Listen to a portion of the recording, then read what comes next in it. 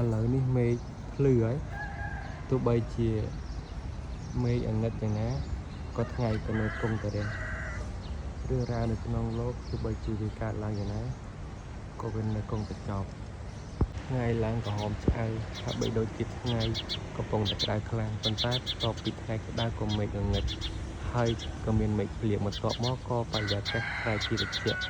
រួចពីត្រជាក់ក៏ទៅជាក្តៅរឿងត្រជាក់សុទ្ធតែរឿងក្នុងโลกទាំងអស់វាមិនស្មើនឹងសត្វហើរដែលបក់រួចរាល់ថ្ងៃមិនបានគិតថាតែរឿងរ៉ាវទាំងអស់នេះគឺកើតឡើងដោយរបៀបណាទោះបីជាថ្ងៃលិចហើយថ្ងៃរះក៏ថ្ងៃនៅតែលិចហើយនៅតែរះតែយើងគិតថាពេលដែលថ្ងៃលិចបាត់ទៅគិតពីរឿងយប់ពេលដែលថ្ងៃរះគិតតែពីក្តៅទោះបីយើងគិតឬយើងមិនគិតក៏ថ្ងៃគង់តែរះហើយថ្ងៃគង់តែលិចរឿងរ៉ាវនៅក្នុងឆាកជីវិតរបស់យើងក៏វាដូចគ្នាដែរយើងគិតឬមិនគិតគឺថ្ងៃក៏នៅតែមុខទាំងអស់គ្នាបន្ទាប់ពី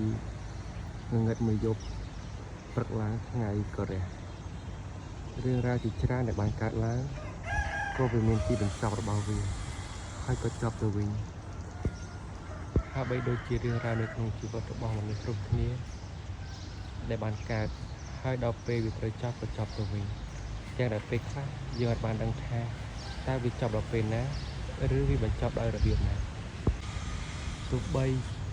វាចប់នៅពេលណាហើយពេលខ្លះយើងមិនដឹងថាវាចប់